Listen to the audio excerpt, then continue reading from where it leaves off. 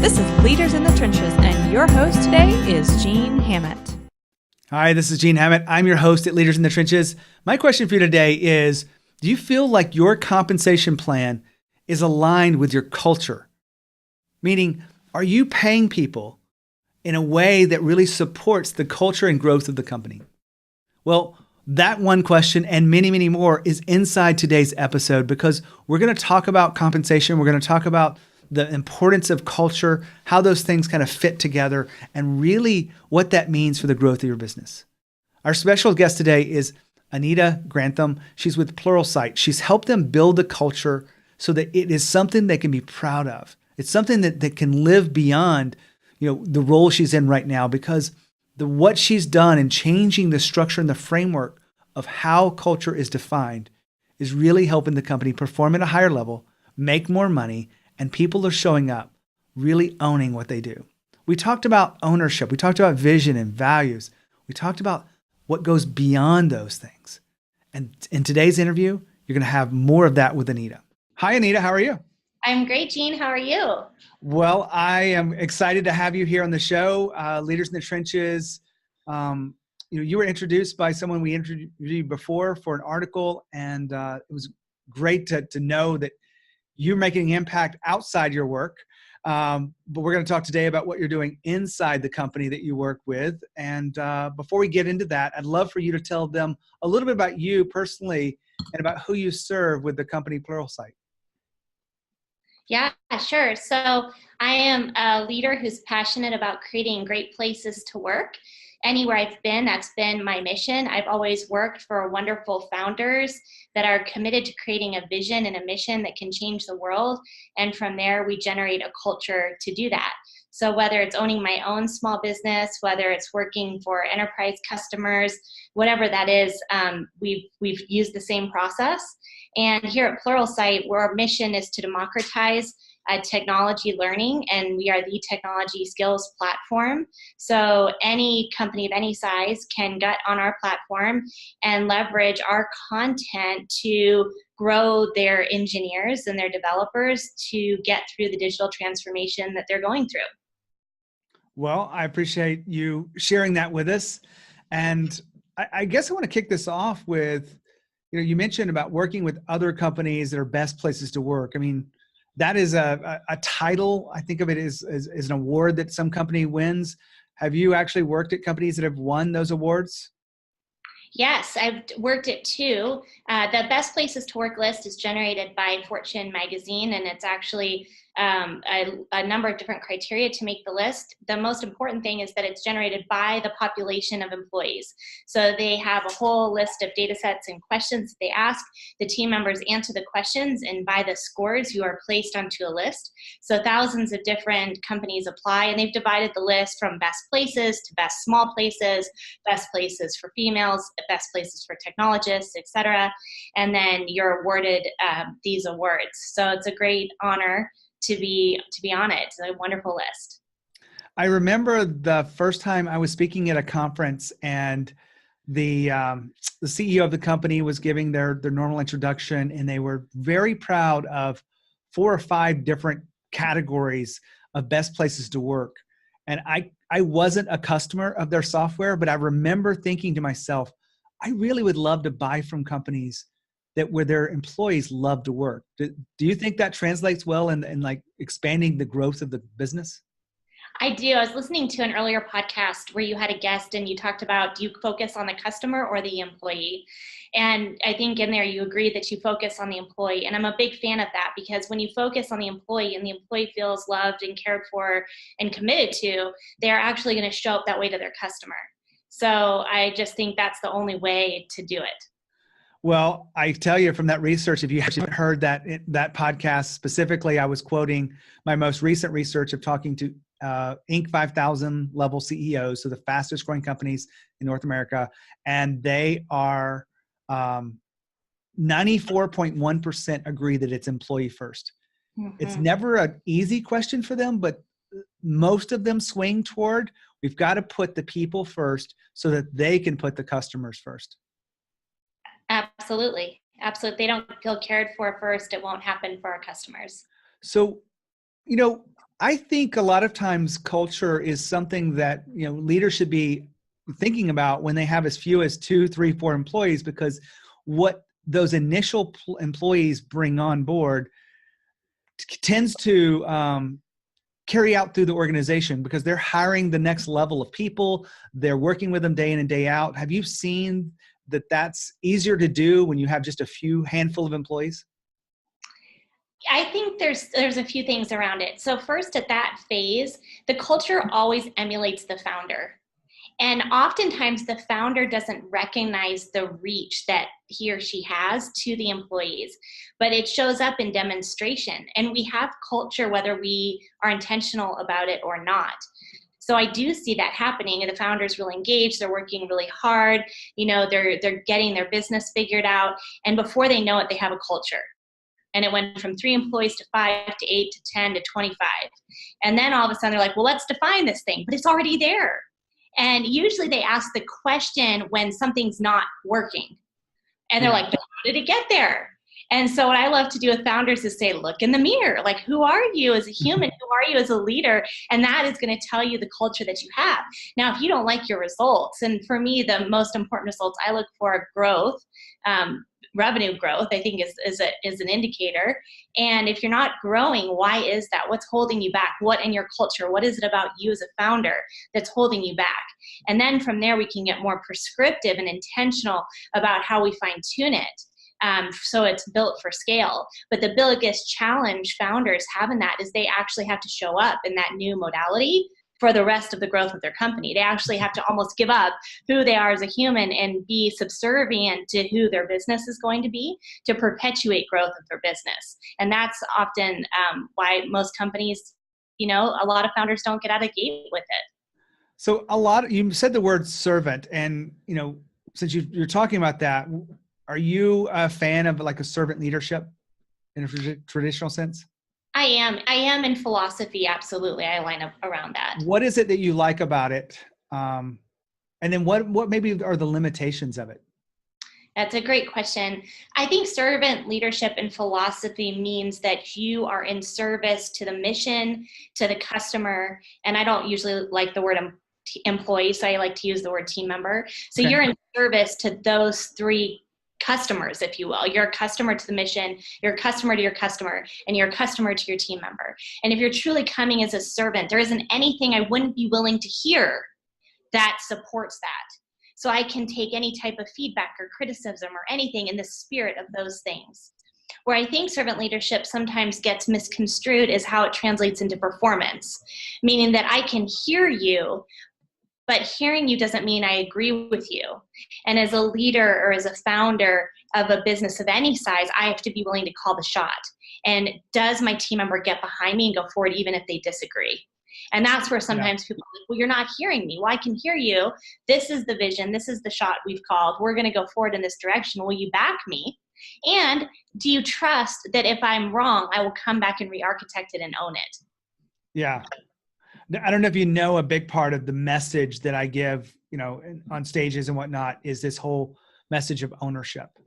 Yes. I don't know if you've heard much of me talking about this, but it came from the research last year where I was talking to companies looking at growth, and I was looking at the sales and marketing strategies, and really across so many companies, 51 to be exact, it was really varied in how they market and how they sell and the importance of those things. But what was very common was the leadership, and specifically leadership that made people feel like owners. And that doesn't mean they have to have a percentage of this or get profit sharing or even commissions in sales environments, but they feel like someone's taking care of them. They feel like they can make decisions and they can fail, but they will be able to pick it back up and move forward with whatever that is. Do you see that feeling of ownership is popular with companies that are best place to work? Oh, definitely. It's actually one of the big reasons why I wanted to speak with you, because I think we both share it in common as a passion. And So I want to take it a step further, and I want to tie it to profit sharing. I want to tie it to stock plans. Yeah. One of the things I've done in every place I've worked, it's been the number one thing, whether it's an ESOP, whether it's, an IPO and giving everybody shares, whatever it is, it's a program I put in place everywhere that I've been to actually connect the team member to the ownership mentality, because I don't know how you actually instill it to the level that you're describing in your research without having the team member tied to it and profit sharing or something. And, if they don't, that's why I love have felt the pain of being a small business owner myself, because we wouldn't take checks to pay our team members when those things happened, right? Yeah. You think differently about your level of sales and marketing investment when it's your own checkbook and it's your own groceries that you're left with at the end of the day, or lack thereof. Anita, I'll tell you one big piece of that, when you don't have those tools available to you or you haven't grown to that level yet, is, do they feel cared for? Do they feel like they're increasing their value to the world, right? Are they gaining skills? Are they able to be stretched into something because they want to show up every Monday? I don't know if you know, one of my big things is I love Monday. Have you seen this? I love my it. stickers. If people love Monday in your office, it's because they love what they're doing. They know they're growing.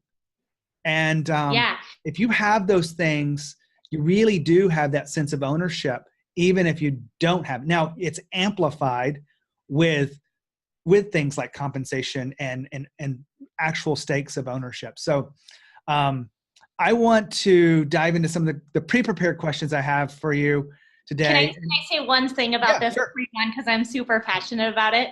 So I totally align with what you just described, and the way you get it is vision. When you have a vision where they feel they're changing the world or they personally connect to it, they're going to show up and love Mondays. And so small business owner, when they can articulate a vision and hire and train and reward for it, people will get behind them and they're going to show up and do the best work of their life. And then beyond vision is something I think you're very fond of too, is the values, which the values become, a guiding principle to this. And most companies, I think they miss this opportunity because they don't actually live the values. Can you tell us why living values would be so important? Because you're living them whether you define them or not. It goes back to our earlier part of the conversation. As a small business founder, you're showing up with how your values are. And then as you grow and you say you have a value of integrity, well, that means different things to different people. And so when I first started at Pluralsight, we were just under 400 team members, and everybody had a different version, and we only had 3 core values. But the number of ways that people described them were into the hundreds. And it was the biggest piece of feedback we got about what was not working in our culture.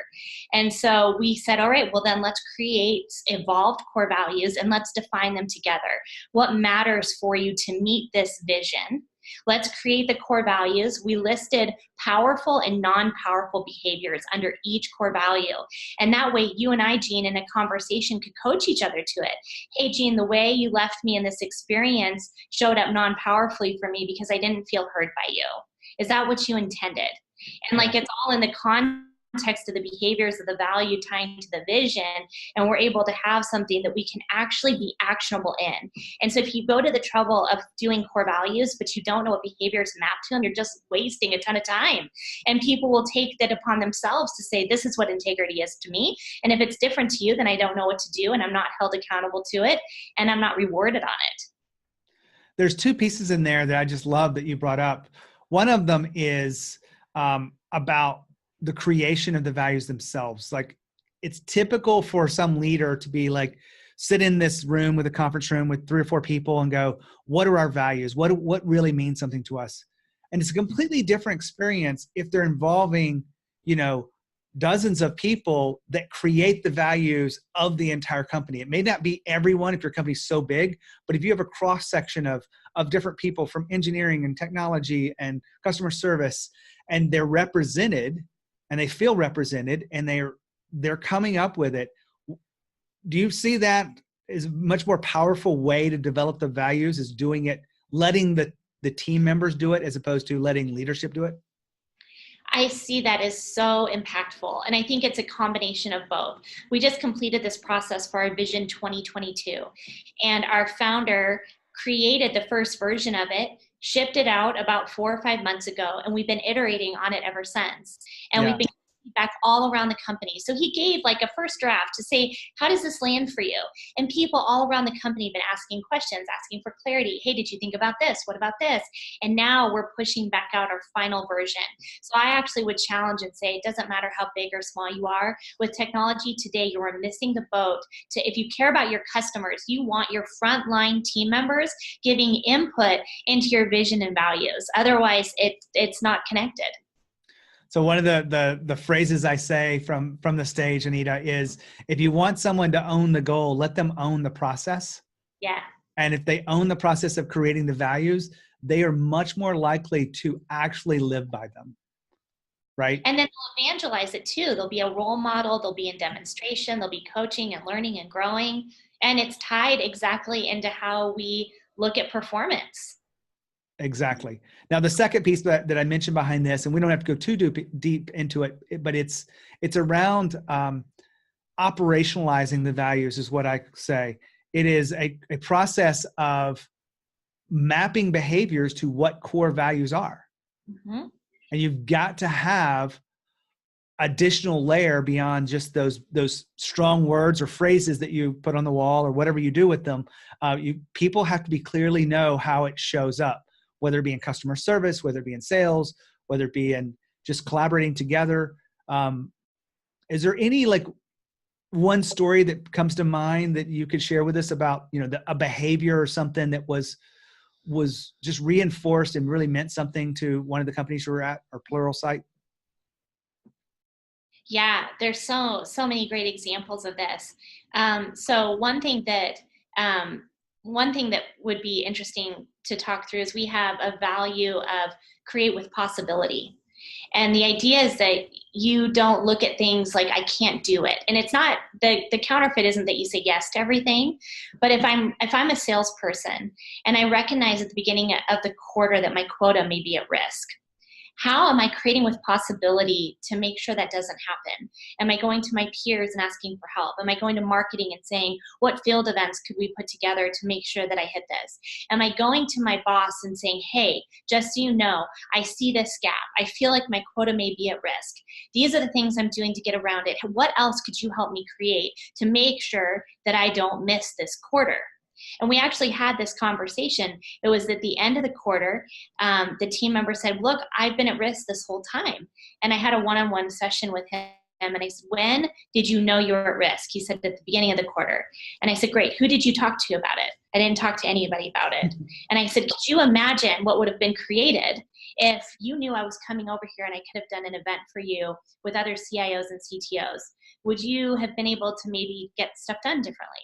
What if you went to your leaders and say, hey, I need help creating something? Could we have changed it? We could have actually changed the outcome. We could have changed the future if you felt like you could have brought this forward earlier. And it was just great because he said, wow, I totally see that. And he's able to coach differently in his business. And, he's hit his number ever since. So it's just a really tangible way to look at things. The behaviors are important, people listening in. So I want to ask you, Anita, a lot of people think that culture and vision and values even are kind of touchy-feely, but what are some of the struggles you've had in specifically the area of building the culture there? Yeah. So to me, it's not touchy-feely because it ties exactly into your strategy. So when I first got here, I had a lot of people ask me, what are you going to do? Are you going to do like a paternity policy or maternity policy and all this stuff? And I was like, well, I don't know. Like, we've got to create a vision. So the first thing was creating the vision, like figuring out from our founder, what do you want this thing to be? Do you want to grow it? Do you want to sell it? Do you want to, I don't know, what do you want to do to it? And getting committed to a vision. So that's the first part that has to happen. After that, we can build a culture that supports the vision, and it's so much easier. A lot of times people start through hire, train, and fire to something that doesn't actually tie to the vision, and then it all gets off course. So I've had that experience too, where the vision exists in the founder's brain, but it's not in language, it's not articulated. So then the actions aren't aligning with the words, and the whole workforce is caught off guard. Or another example happens when I'm a founder and I take on funding and I give up majority shareholder position. And all of a sudden I become subset to the values of my investor. but I don't actually change anything in the company, but the whole company feels it. So, what Aaron and I did intentionally is we said, let's look at who our investors are. Let's make sure they align with this vision. Let's make sure that we're all in alignment around how we're going to roll this out and have values and programs. And nothing ships. We call it purpose-driven people products. No one ships a people product that doesn't tie right back into this strategy, because then we have a path where everybody can look to and understand where it comes from. Now, I know we don't get into the specifics of compensation very much, but one of the things that you've done differently is shifted the way compensation is really viewed within the company. Can you tell us a little bit more about what is the compensation and why you have it so different? So compensation is the foundation to any people program. If you jack it up at the beginning, you jack it up through their whole employee journey, right? If you overpay them or underpay them, it's all off base. And most of the times when you're young and you're in startup mode, whether you're 25 or 50 or 100 employees, you hire based on the pain. And depending on how much pain you have is how much you pay for the talent. And then what happens, you get to scale and you've got all these people in different levels, and there's all this inequality throughout the organization. And this existed far before the current environment that we're in, where pay equality is a big focus of the future. So anytime one of the first pieces I always put in, if I know we're going to be fast growing, is a philosophy, which again ties to our vision. So we have our vision, we have our strategy, and we say, what type of talent do we need to get? What specifically is going to be unique about that talent and helping us hit that vision? What type of pay philosophy do we want to be committed to in base, in bonus, and in long-term incentives? So whether you do profit sharing or some type of options or anything that you do, and how do you put it all together to look at a unified front? So you have to look at not only the pay that they take home, the benefits that they receive, the work-life balance, and what leaders are that they have. Because people will tell you that they lead for compensation all day, but they really don't. They lead because they don't like their manager. So if you don't tie them all together, then it becomes a misfit system. So when we bring it back to compensation, it's determining where you're going to pay relative to the market. If you're, and there's different strategies that may come into place on why you pick. We pay at market. So it means half the companies pay more than us, half the companies pay less than us on a base comp standpoint. We pay ahead of the market on equity because we want that ownership mentality and we want people to be here for the long haul. We believe that, coupled with our mission that's really changing the world and lifting the human condition through technology by being the technology platform, gets people to be excited to come in on Monday. And then we cover around it with a really robust wellness and benefits program so people don't have to worry about it. It's kind of like the Daniel Pink piece where you take away the basic needs. Like healthcare is covered, they don't have to worry about it. So that kind of goes away. And then we put great leadership on top of it, and it creates a beautiful system. I love the fact that you've thought this through, and I love so many people are just missing this. And that's one reason why I do what I do. I haven't worked inside of companies the way you are. I actually advise them. So I think we're in alignment with all of this. Anita, one of the questions that I have wrapping this up, and we may not have time to get into everything, but you have 6 components that really comprise the Pluralsight's performance. What is that definition of performance before we get into the 6? The definition of performance is how you show up relative to your results and your values. Okay. And let's run through what they are and just give us a brief description, if you would. Yeah, so I think at a high level, what's important is that you're accurate about what performance looks like in the role. Like a lot of people say, well, I want you to do this, by when, for what, because why, all of those things. Like accuracy in the language is really important. Clarity on how we co-create and co-author the agreements is really important. So like you said, when people have input into the core values, they're going to live to it. When people co-create their performance, they're going to show up to it differently. So co-authoring what it looks like to perform is a big part. We really want people to get clear on whether it's a decision or whether it's an agreement that we can co-create together. So for instance, like if I'm a salesperson and I have a quota, the time to negotiate my quota was when I accepted the offer. And when you're a salesperson and you're accepting the offer, you know that your quota is going to change every year as the revenue plan changes. So you wouldn't come back when you're already in the role for a year and say, hey, I want to renegotiate my quota. That's a decision that's already been made. Now, how you go get that quota are things you and I can co-create together and go generate together. So those are some of the high-level things. We also decouple compensation from the performance conversation, which is really the thing that is like a different, it's a paradigm shift for most people here. And the idea is that I really want to show that I'm committed to you. I am removing roadblocks. I want to know that you see me as committed to your growth. I want to have you see me as somebody that will give you feedback and be actionable around your growth. And so when you and I can have a discussion around that does not include compensation, we can be really present to each other. And it's bidirectional. It's not hierarchical. No one does this. So Gene, this is like a key point. If I'm reporting to you and you're just telling me about my performance, but you don't ever ask how I'm experiencing you as a leader, like it doesn't work. Yeah. Ours equal, you're on equal footing because it takes an equal partnership to make performance happen. So I'm telling you how I experience you, you're telling me how you experience me, and we see our scores together and where we're aligned and misaligned. And what we want is the conversation.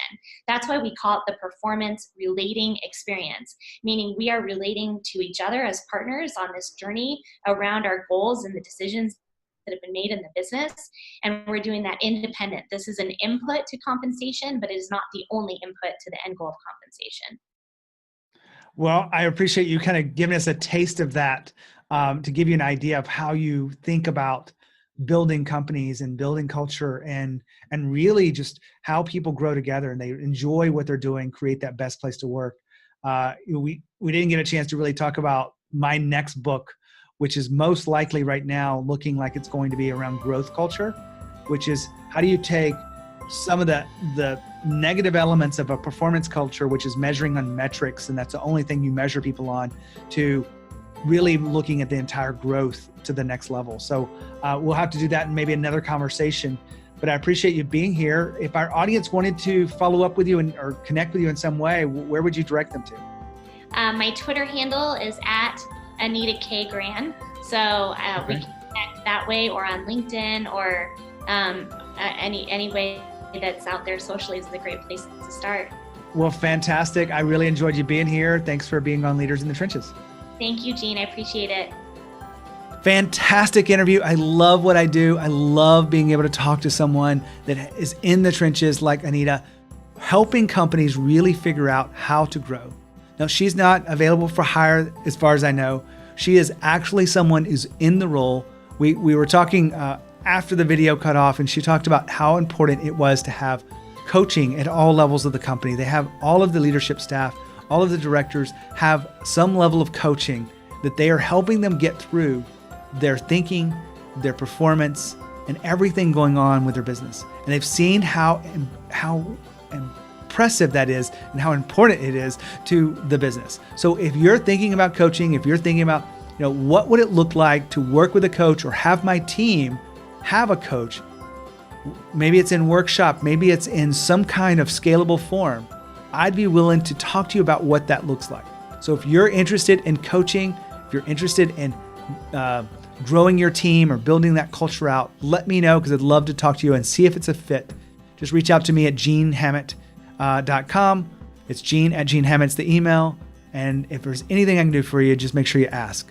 As always, lead with courage, and I'll see you next time.